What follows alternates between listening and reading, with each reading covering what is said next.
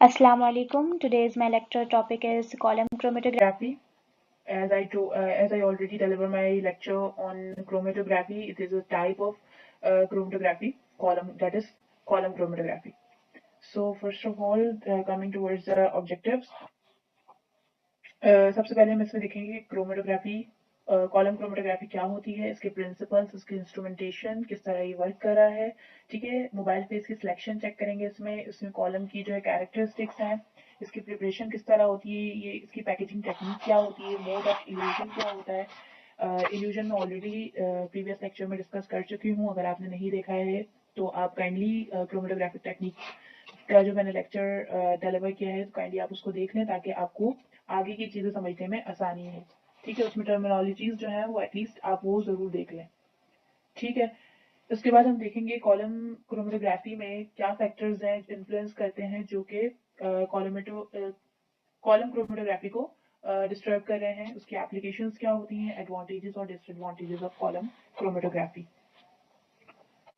Next is, ये मैं already आपको क्रोमेटोग्राफिक लेक्चर में डिस्कस कर चुकी हूँ उसके बारे में, कि ये हमारे पास सारे मोड्स होते हैं, यानी कि ये एक टेक्निक्स होती है, यानी कि एड्सॉर्प्शन क्रोमेटोग्राफी है, पार्टीशन क्रोमेटोग्राफी है, आयन एक्सचेंज क्रोमेटोग्राफी है, परमिएशन क्रोमेटोग्राफी है, एफिनिटी क्रोमेटोग्राफी एंड इलेक्ट्रोफोरेसिस। ठीक है, ये हमारे पास मोड होते हैं जो कि ऑलरेडी मैं प्रीवियस लेक्चर में बता चुकी हूँ, डिस्कस कर चुकी हूँ।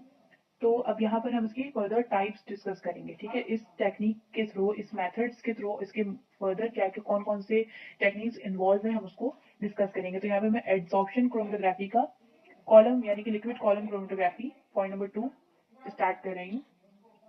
सो तो कॉलम, यहाँ पे कॉलम क्रोमेटोग्राफी से स्टार्ट कर लेते हैं। कॉलम क्रोमेटोग्राफी एक ऐसी टेक्निक, एक ऐसी यूजफुल मेथड है जो कि कंपाउंड्स को या किसी भी मिक्सचर के या किसी भी सॉल्यूशन के कंपोनेंट्स को सेपरेट और प्यूरिफाई करने में मदद दे रहा होता है या फिर हेल्पफुल होता है। ठीक है, तो यहाँ पर हम स्टेशनरी फेज और मोबाइल फेज ऑलरेडी मैं प्रीवियस लेक्चर में डिस्कस कर चुकी हूँ। तो यहाँ पर क्या है, सॉलिड जो है हमारे पास स्टेशनरी फेज होता है और लिक्विड जो है हमारे पास मोबाइल फेज होता है। ठीक है, स्टेशनरी फेज जो हमारे पास फिक्स्ड फेज होता है, मोबाइल फेज जो है वो मूविंग फेज होता है, यानी कि हम उसको पास करवा रहे होते हैं स्टेशनरी फेज के थ्रू। ठीक है, अब यहाँ पर क्या हो रहा है कि सबसे पहले जो भी सब्सटेंस है या जो भी हमारे पास मिक्सचर था या सोल्यूशन था जिसके कंपोनेंट को हमें सेपरेट करवाना था, वो हम कॉलम में इंट्रोड्यूस करवा देते हैं। कॉलम को जो है क्या करते हैं हम, ऊपर से उस सब्सटेंस को या उस मिक्सचर को या सॉल्यूशन कह लें, तो उसको हम क्या करते हैं, ऊपर से इंट्रोड्यूस करवाते हैं। वो क्या करता है, कुछ ऐसे कंपोनेंट्स होते हैं, हर कंपोनेंट्स की प्रॉपर्टीज अलग अलग होती हैं। ठीक है, तो कुछ कंपोनेंट्स ऐसे होते हैं जिसकी एब्जॉर्बेंट प्रॉपर्टी ज्यादा होती है, यानी कि वो स्टेशनरी फेज से जाके ज्यादा जल्दी स्टक हो सकता है।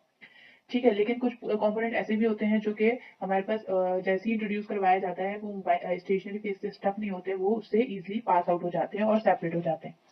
ठीक है, यहाँ पर क्या हो रहा है कि भाई जैसे ही हमने इंट्रोड्यूस करवाया तो कुछ जो है वो स्टेशनरी स्पेस के साथ जो है स्टक हो गए, या बहुत स्लोली वो स्लो रेट के साथ जो है वो मूव कर रहे थे, और कुछ कंपोनेंट्स ऐसे हैं जो इजीली पास हो जाते हैं। डिफरेंट रेट से हर कंपोनेंट जो है वो डिफरेंट रेट से पास हो रहा होता है, उसकी डिफरेंट एफिनिटी होती है हर सब्सटेंस की। ठीक है, रेट का मतलब यहाँ पे रिटेंशन टाइम है कि उस कंपोनेंट का जो उस कंपोनेंट की प्रॉपर्टी है, जैसे कि अगर वो ज़्यादा एब्जॉर्ब हो सकता है स्टेशनरी फेज के साथ स्टक हो सकता है, तो वो उसका टाइम अलग होगा। और कुछ कंपोनेंट जिसका जो है रिटेंशन टाइम सही होता है, यानी कि जो स्टेशनरी फेज के साथ स्टक नहीं होते, वो इजीली पास हो जाते हैं। ठीक है, तो यहाँ पर भी यही होगा, और उसको हम यूजुअली जो है सॉल्यूशन के फॉर्म में कलेक्ट कर रहे होते हैं, क्योंकि जाहिर सी बात है मोबाइल फेज हमारे पास लिक्विड फॉर्म में है, तो वो स्टेशनरी फेज जो था हमारे पास सॉलिड था, तो उससे जो पास जब हो रहा है तो सॉल्यूशन फॉर्म में ही पास होगा, तो हम उसको क्या करते हैं, फिर वो नीचे से वो उसको कलेक्ट कर लेते हैं। ठीक है, तो यहाँ पर आप देख सकते हैं कि हमने फर्स्ट, आप अगर देखें ब्यूरेट अगर देखें, तो ये एक स्टैंड होता है, स्टैंड में इस ब्यूरेट को लगा दिया जाता है, और फिर उसको इसको ही हम कॉलम कह रहे हैं। ठीक है, तो हम सबसे पहले क्या करते हैं, स्टेशनरी पेज को फिल करवाते हैं उसके अंदर, उसके बाद उसके अंदर सैंपल को लोड कर देते हैं। फिर क्या होता है, जैसे सैंपल बीच में चला गया उसके बाद ऊपर से मोबाइल पेज डाल देते हैं, जो कि सॉल्वेंट को इजिली मूव करवा सकता है स्टेशनरी पेज के अंदर। ठीक है, उसके बाद क्या होगा, जो वीकर इंटरेक्शन होंगी जिसके स्टेशनरी फेज के साथ, तो वो जल्दी इल्यूट आउट होंगी, और अगर जो कंपोनेंट स्टेशनरी फेज के साथ स्टक हो रहा होगा, फिर वो क्या होगा, वो स्लो मूव करेगा, यानी कि उसकी स्ट्रॉन्गर इंटरेक्शन होगी। ठीक है, उसकी जो है फिर क्या होगा, ये फ्रैक्शंस में जो है कलेक्ट किया जाता है कि भाई जो इस कंपोनेंट का इसकी एक प्रॉपर्टी ये भी होती है कॉलम क्रोमेटोग्राफी की कि यहाँ पर जो भी, जैसे क्योंकि जाहिर सी बात है ऊपर से मोबाइल फेस भी डाल रहे हैं, तो होता क्या है कि यहाँ पे जो डिफरेंट कंपोनेंट्स होते हैं वो जिसकी एफिनिटी ज्यादा होती है वो क्या होता है, वो यानी कि स्ट्रॉन्गर इंटरेक्शन हो गई उसकी, तो वो स्लो स्लो नीचे आएगा, और दूसरा वाला जो है यानी कि वीकर इंटरेक्शन वाला जो मॉलिक्यूल होता है या जो कंपोनेंट होता है वो बहुत जल्दी जो है वो इल्यूट आउट हो जाता है। ठीक है, तो उसको हम नीचे से कनेक्ट करना शुरू कर देते हैं। अगर हमें सेपरेट कंपोनेंट यानी कि अलग अलग कंपोनेंट अलग अलग चाहिए, यानी कि मिक्सचर फॉर्म में नहीं चाहिए, तो हम नीचे जो है बीकर चेंज करते रहते हैं। अगर हमें दो कंपोनेंट एक साथ चाहिए मिक्सचर के फॉर्म में, तो हम अलग बीकर यूज कर रहे होते हैं। ठीक है, नेक्स्ट इसका प्रिंसिपल है।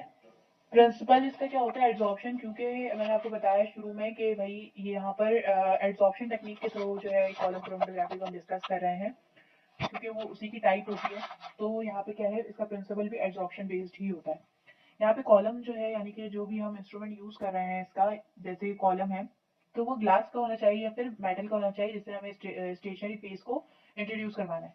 ठीक है, तो कोशिश हम ये करते हैं, यूजुअली जो है हम मेटल कॉलम को यूज नहीं करते, क्योंकि आपको यहाँ पे पता है लीचिंग हो सकती है। लीचिंग का मतलब ये होता है कि वो मेटल जो है वो स्टेशनरी फेस के साथ या मोबाइल फेस के साथ या वो सैंपल जो कि जिसका कंपोनेंट हमें सेपरेट आउट करना है, तो वो क्या करते हैं, रिएक्ट कर जाते हैं मेटल्स। तो हम कोशिश करते हैं कि ग्लास को ही यूज किया जाए। ठीक है, तो यहाँ पे स्टेशनरी फेस जो है हम इंट्रोड्यूस करवा रहे हैं ग्लास मेटल या फिर कॉलम मेटल में, ग्लास कॉलम में या मेटल कॉलम में। ठीक है, उसके बाद क्या होता है यहाँ पर, तो यहाँ पे मिक्सचर जो भी एनालाइट होता है यानी कि सैंपल जो भी है हमारा, उसको हम इंट्रोड्यूस करवाते हैं स्टेशनरी फेस कॉलम के अंदर विद मोबाइल फेस। ठीक है, ऊपर से हमने मोबाइल फेस भी डाल दिया, उसको हम क्या नाम देते हैं, इल्यूएंट कहते हैं। ठीक है, उसको पास कर दिया। ठीक है, अब वहां पर क्या होता है, कोई पंपिंग सिस्टम भी अप्लाई किया जा सकता है या फिर गैस प्रेशर भी अप्लाई किया जा सकता है, ताकि वो प्रोसेस जो है वो उसको उसकी उसका रेट बढ़ा सके। ठीक है, नेक्स्ट क्या है हमारे पास, इंस्ट्रूमेंटेशन है यहाँ पर कि क्या होता है, स्टेशनरी फेज जो हमारे पास एड्सॉर्बेंट होता है, जैसे कि सिलिका जेल। मैंने आपको लास्ट लेक्चर में भी बताया था कि स्टेशनरी फेज जो है हमारे पास एड्सॉर्बेंट होता है, यानी कि मोस्टली जो है हम सिलिका जेल यूज करते हैं, और मोबाइल फेज में हम हेक्सेन या फिर क्लोरोफॉर्म यूज कर रहे होते हैं। ठीक है, मोस्टली सिलिका जेल है, यहाँ पर एल्यूमिना है, कैल्शियम कार्बोनेट है, calcium phosphate, magnesium and starch. Alumina जो है वो, एल्यूमिना जो है यहाँ पर सुइटेबल है chromatography of less polar compounds. वो जो जिनके पोलर पोलैरिटी जिसकी कम होती है, उसमें हम एल्यूमिना स्टेशनरी फेस के फॉर्म में यूज कर रहे होते हैं। ठीक है, सिलिका जेल जो है वो सुटेबल किसके लिए होता है, जो कि पोलर फंक्शनल ग्रुप्स होते हैं जिसमें ज्यादा, उसके लिए सिलिका जेल यूज किया जाता है। ठीक है, अब यहाँ पे देख लेते हैं कंडीशंस फॉर गुड एड्सॉर्बेंट। क्या क्या कंडीशंस होनी चाहिए कि वो एड्सॉर्बेंट अच्छा हो सकता है, उसको ज्यादा यूज किया जा सकता है। तो वो स्फेरिकल पार्टिकल्स होने चाहिए उसके, ताकि वो यूनिफॉर्म रहे। ऐसा ना हो कि भाई कुछ स्क्वायर्स हैं कुछ क्रिस्टल्स हैं। ठीक है, तो क्या होगा वहां पर कि जो भी हमने कंपोनेंट डाला है वो स्टक हो, वो ज्यादा अमाउंट में स्टक होने लगेगा, एब्जॉर्ब होने लगेगा उसके सरफेस पे। ठीक है, मैकेनिकली स्टेबल होना चाहिए। ठीक है, कोई भी फाइन डस्ट फॉर्मेशन नहीं होनी चाहिए उसके अंदर, उससे बचाता है ये। इनर्ट होना चाहिए, इनर्ट का मतलब है कि कोई भी केमिकल रिएक्शन नहीं होना चाहिए, यानी कि अगर मैंने मेटल कॉलम यूज किया है तो उसके साथ कोई केमिकल रिएक्शन ना हो, ग्लास अगर यूज किया तो उसके साथ भी कोई केमिकल रिएक्शन नहीं होना चाहिए। या फिर अगर मैंने कोई ऐसा स्टेशनरी फेज ले लिया है जिसके साथ जो मैं अगर कंपोनेंट यानी कि अपना मिक्सचर डाल रही हूँ तो वो रिएक्ट कर जाए, तो ऐसा नहीं होना चाहिए। तो ये गुड एड्सॉर्प्शन की या एड्सॉर्बेंट की निशानी होती है। ठीक है, वर्सेटाइल होना चाहिए, यानी कि वो ज्यादा से ज्यादा जो है वैरायटी ऑफ कंपाउंड को सेपरेट कर सके। ठीक है, उसका पार्टिकल साइज जो है वो 50 to 200 माइक्रोमीटर होना चाहिए। अगर ज्यादा बड़ा होगा तो वो क्या होगा, स्टक होने लगेगा, ज्यादा छोटा होगा तो फिर वो सेपरेशन इतनी अच्छे से नहीं हो सकेगी। चीप होना चाहिए, सबसे ज्यादा काम की बात यही है कि चीप होना चाहिए, ताकि उसको ज्यादा से ज्यादा यूटिलाइज किया जा सके, यानी कि वो सस्ता होना चाहिए और फ्रीली अवेलेबल होना चाहिए। ठीक है, selection of mobile face, selection यानी कि मोबाइल फेस की सिलेक्शन किस तरह होती है। स्टेशनरी फेस मैंने आपको बता दिया, यहाँ पे सिलिका जो है वो पोलर कंपाउंड के लिए यूज हो रहा था, पोलर फंक्शनल ग्रुप के लिए यूज हो रहा था, और एल्यूमिना जो है हमने यूज किया कॉलम क्रोमेटोग्राफी में, क्योंकि ये लेस पोलर कंपाउंड को इजिली सेपरेट आउट कर सकता है।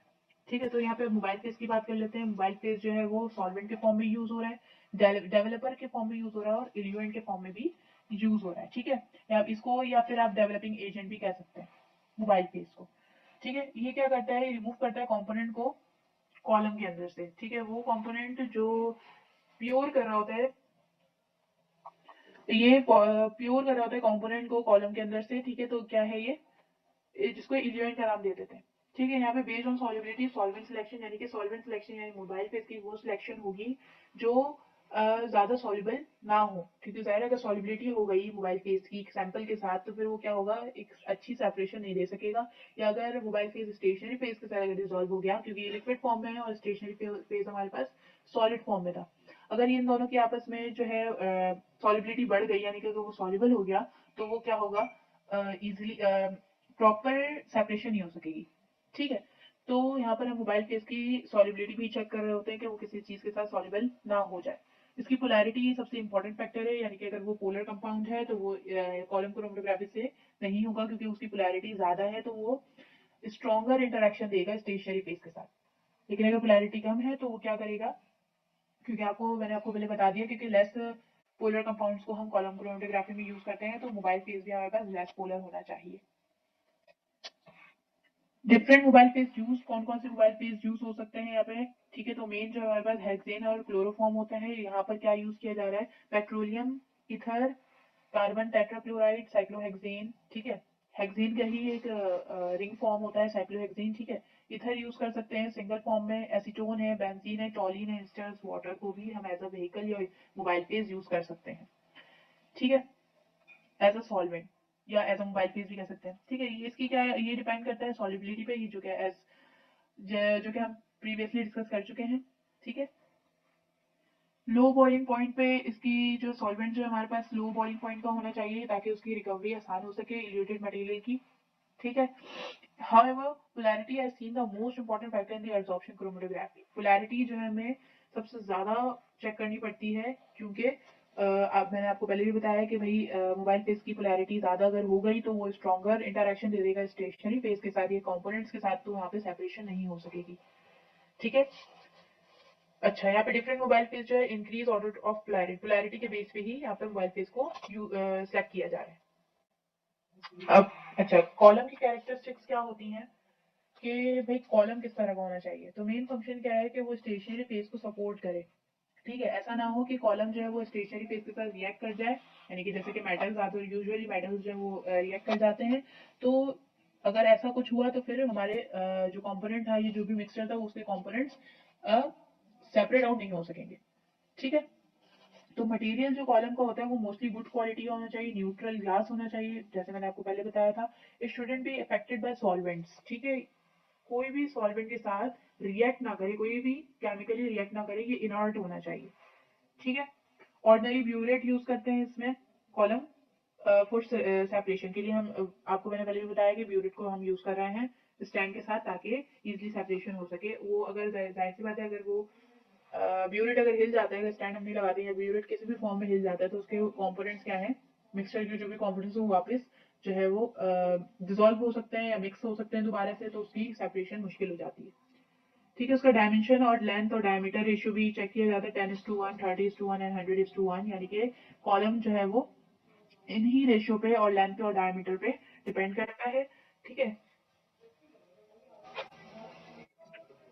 इसके बाद है लेंथ, डिपेंड करता है जाहिर number of compounds to be separated, कितने नंबर ऑफ कंपाउंड, अगर जैसे मैं कोई प्लांट एक्सट्रैक्ट ले रही हूँ और उसके अंदर जो है उस मिक्सचर के अंदर डिफरेंट 10 मल्टीपल कंपोनेंट्स, यानी कि कर एज्यूम कर लें कि 10 कंपोनेंट्स हैं उसके अंदर, तो ब्यूरेट या कॉलम जो है मुझे इतना ही बड़ा लेना पड़ेगा, अदरवाइज क्या होगा कि वो बाहर भी निकल सकते हैं और वो पूरे अंदर जाएंगे नहीं, तो मिक्स होंगे ही नहीं, ठीक है, या फिर प्रॉपर सेपरेशन नहीं हो सकेगी, ठीक है।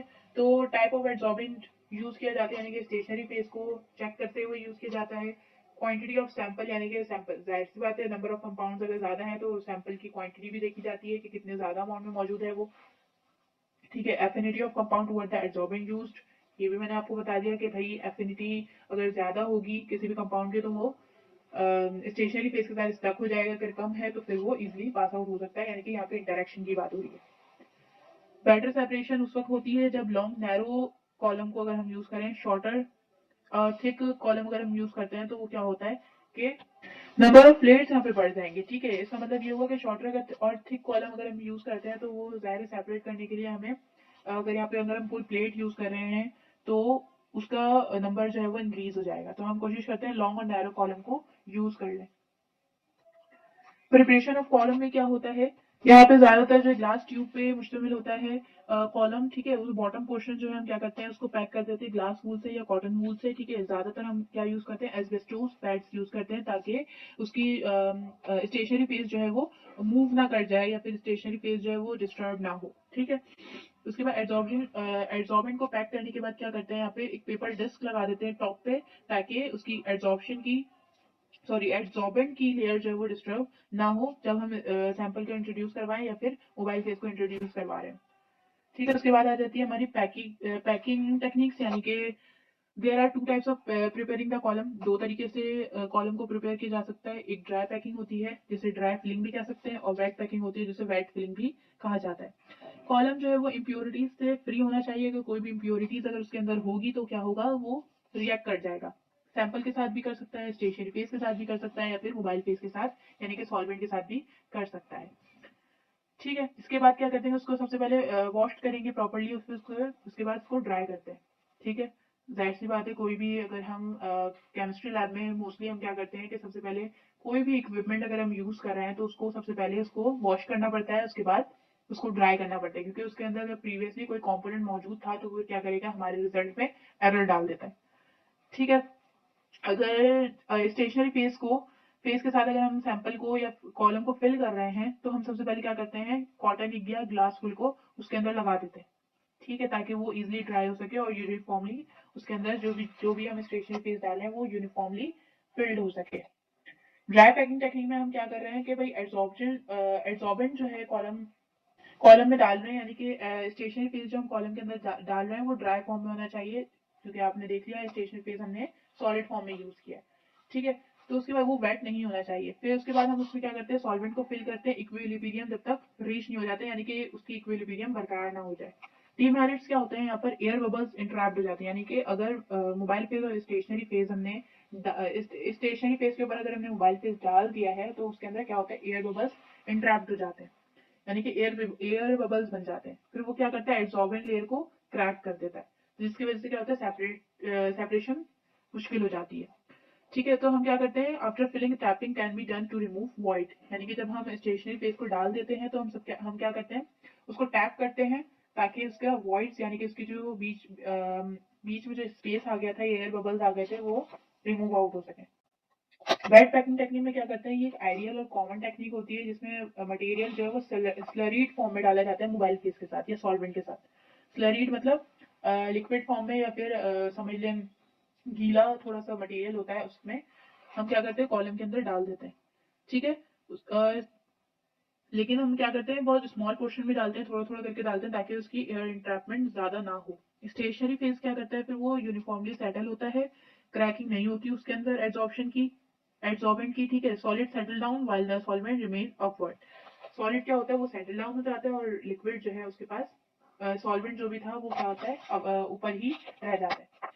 अब इस सॉल्वेंट को कैसे रिमूव करते हैं, कॉटन प्लग जो हमने पहले डाला था, कॉटन पैड या फिर कॉटन वूल या ग्लास वूल जो हमने ऊपर से डाला था, या एस्बेस्टोस पैड जो डाला था हमने, उसके थ्रू क्या होता है, वो सॉल्वेंट इजिली रिमूव हो जाता है, ठीक है। तो ये स्टेशनरी फेस की केकिंग यहाँ पर नहीं होती, यहाँ पे क्रैकिंग नहीं होती। अब यहाँ पे सैंपल को इंट्रोड्यूस करवाना है तो सबसे पहले हम क्या करते हैं, सैंपल जो होता है यानी कि यूजुअली जो मिक्सचर होता है कंपोनेंट्स का, तो उसको हम कुछ क्वांटिटी यानी कि minimum quantity of mobile face के साथ डिसॉल्व करवा देते हैं। फिर जो पूरा सैंपल होता है उसको कॉलम के अंदर इंट्रोड्यूस करवाया जाता है एक ही साथ, ठीक है। उसके बाद क्या करते हैं, उसके बाद get adsorbed on the top portion of the column, ताकि वो एड्सॉर्ब हो सके आराम से पोर्शन यानी कि top portion of the column के में जो है वो एड्सॉर्ब हो सके। इस जोन से क्या होता है कि individual sample can be separated by process of illusion. Illusion की वजह से क्या होता है, इंडिविजुअल सैंपल यानी कि individual sample of the component separate out हो जाते हैं। अब यहाँ पर आप पिक्चर में देख सकते हैं कि यहाँ पर सबसे पहले स्टैंड था, स्टैंड में हमने ब्यूरेट लगाया, ब्यूरेट से फिर उससे हमने नीचे कॉटन पैड लगाया था, फिर स्टेशनरी फेस डाला, स्टेशनरी फेस को फिर हमने क्या किया, टैप किया था ताकि वो यूनिफॉर्म डिस्ट्रीब्यूट हो जाए। उसके बाद फिर ये ऊपर से हमने सैंपल डाला, ऊपर से मोबाइल फेस डाल दिया, ठीक है। उसमें क्या होगा कि अब यहाँ स्मॉल पोर्शन में जो है कंपोनेंट जो सेपरेट आउट होंगे, यानी कि सबसे पहले स्टेशनरी फेस नीचे जैसे ही हमने उसको उसके कॉर्ड को खोला तो वो क्या होगा, वो सेपरेशन स्टार्ट हो जाएगी। अब आपकी मर्जी, अगर आप दो कंपोनेंट को एक साथ लेना चाहते हैं तो बीकर नीचे लगा दें, दोनों कंपोनेंट को एक साथ ले लें। अगर एक एक करके लेना चाहते हैं तो उसके लिए हम सेपरेट बीकर यूज कर रहे होते हैं।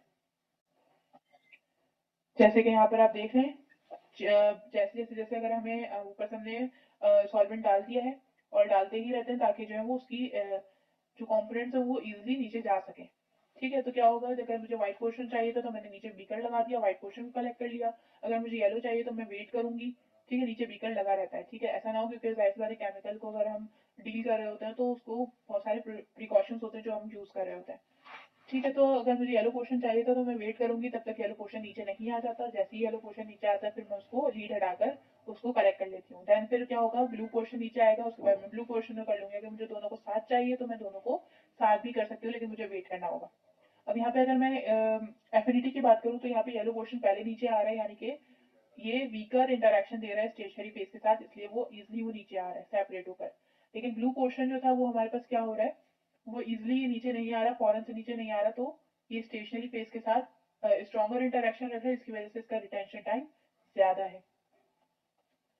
ठीक है, अब आ जाते हैं मोड्स ऑफ इल्यूजन पे।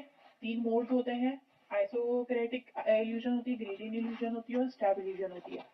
आइसोक्रेटिक में क्या होता है, मोबाइल फेस की जो कंपोजिशन होती है, ठीक है, mobile composition of mobile face क्या होता है, कांस्टेंट रहता है। यानी कि मोबाइल फेस की जो कंपोजिशन थी उसके अंदर जो भी मटेरियल की जो भी सॉल्वेंट था उसकी वो कांस्टेंट होता है थ्रू द इल्यूजन प्रोसेस। यानी कि जो सेपरेट आउट कर रहे हैं उसमें मोबाइल फेस कांस्टेंट रहता है। ठीक है, यानी कि हमने एक बार डाल दिया तो डाल दिया। ग्रेडियंट क्या होता है, यहाँ पे कॉम्पोजिशन जो मोबाइल फेस की कॉम्पोजिशन होती है वो ग्रेजुअली इंक्रीज होती है, यानी कि हम ऊपर से मोबाइल फेस को डाल रहे हैं, मतलब मुसलसल डालते रहते हैं। और स्टेप इल्यूजन में क्या होता है, यहाँ पे कॉम्पोजिशन ऑफ मोबाइल फेस जो है वो चेंजेस होती है पीरियोडिकली, यानी कि कुछ टाइम के बाद जो है हम उसको डालते रहते हैं। यानी कि क्या हुआ, आइसोक्रेटिक में क्या हुआ, एक बार हमने मोबाइल फेस डाल दिया तो मतलब वो कांस्टेंट है, अब वही रहेगा, इसके अलावा हम नहीं ऐड करेंगे। ग्रेडियंट में क्या होगा कि ग्रेजुअली हम उसमें ऐड करते जाएंगे, यानी कि ऊपर से हमने सैंपल डालने के बाद हमने मोबाइल फेस डाल दिया, मतलब डालते रहते हैं। ठीक है, स्टेप इल्यूजन में क्या होता है, यहाँ पर हम टाइम के लिहाज से मोबाइल फेस को इंट्रोड्यूस करवा रहे होते हैं। ठीक है, लेकिन यहाँ पे मोस्ट कॉमन जो मोड ऑफ ऑपरेशन होता है कॉलम क्रोमेटोग्राफी में वो ग्रेडियंट होता है कि हम उसको लीनियरली इंक्रीज करते रहते हैं, यानी कि लीनियरली जो है हम मोबाइल फेस को डालते रहते हैं।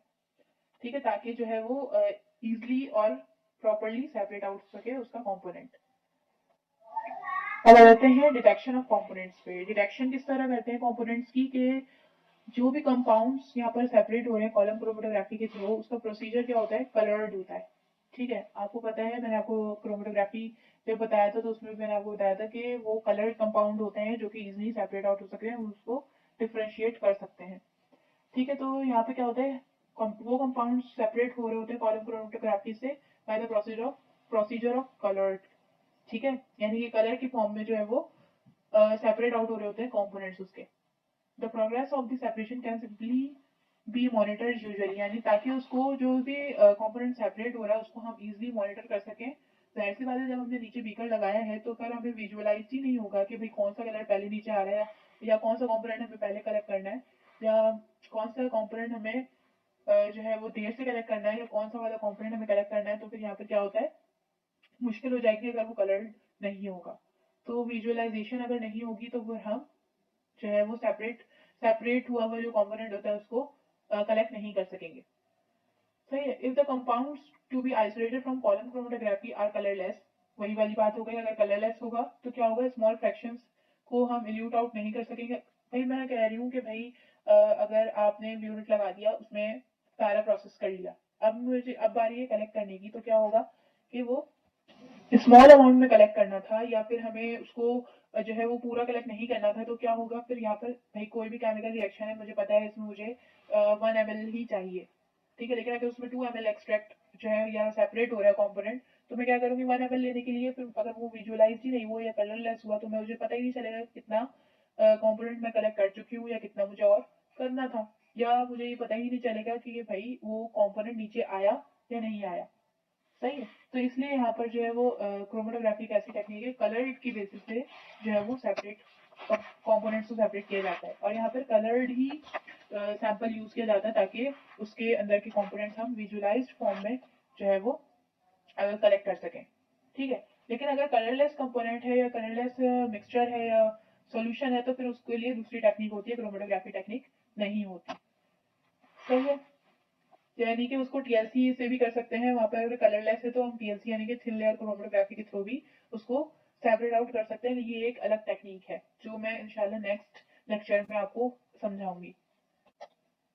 अब यहाँ पर देखें क्या हो रहा है, component A B C separate as a column progresses, यानी कि फ्रैक्शंस में, यानी टेस्ट ट्यूब में वाई से बीकर से या एर्लेनमेयर फ्लास्क जो हमारे पास कॉनिकल फ्लास्क कहलाता है। ठीक है, जो यूजुअली लैब्स में यूज हो रहा होता है, आपने देखा होगा। तो यहाँ पर हमें एक कंपोनेंट का नाम दे दिया भाई ए और बी और सी, जो हमें सेपरेट करना था। तो मैं क्या कर रही हूँ भाई, अगर मुझे ए चाहिए तो मैं ए को कलेक्ट कर लूंगी, बाकी जो है अगर मेरा यूजलेस है तो उसको या तो मैं सेव कर लूंगी, अगर यूज नहीं है या एक्सपायर हो सकता है तो मैं उसको क्या करूंगी, डिस्कार्ड कर लूंगी। ठीक है, लेकिन यूजुअली कोशिश करते हैं उसको सेव कर लें, क्योंकि जाहिर है ये सारे जो एक्सपेंसिव कंपोनेंट्स भी होते हैं जिसकी वजह से, या एक्सपेंसिव मिक्सचर्स भी होते हैं जिसकी वजह से क्या होता है कि भाई काफी लॉस भी हो सकता है। या फिर अगर उसको डिस्कार्ड इसलिए भी नहीं किया जाता अगर वो बहुत ज्यादा कंसंट्रेटेड था या बहुत ज्यादा जो है वो टॉक्सिक था, तो जो हमारी हेल्थ के लिए सही नहीं है जिसको डिस्कार्ड करना, या फिर हो सकता है उसको बाद में यूटिलाइज किया जा सके, तो हम उसको क्या करते हैं, सेव कर लेते हैं। लेकिन अगर मैं कह रही हूँ कि मुझे ए कंपोनेंट और बी कंपोनेंट को साथ में कलेक्ट करना है तो मैं क्या करूंगी, ए और बी का नीचे से हटाऊंगी नहीं, पहले ए को कलेक्ट करूंगी देन बी को कलेक्ट कर लूंगी। ठीक है, तो ये इस तरह कॉलम क्रोमेटोग्राफी में ये इजी हो जाता है। लेकिन अगर कलर्ड कंपाउंड होगा तभी होगा, अदरवाइज अगर कलरलेस है तो हम उसमें टीएलसी यूज करते हैं या अदर टेक्निक भी यूज करते हैं।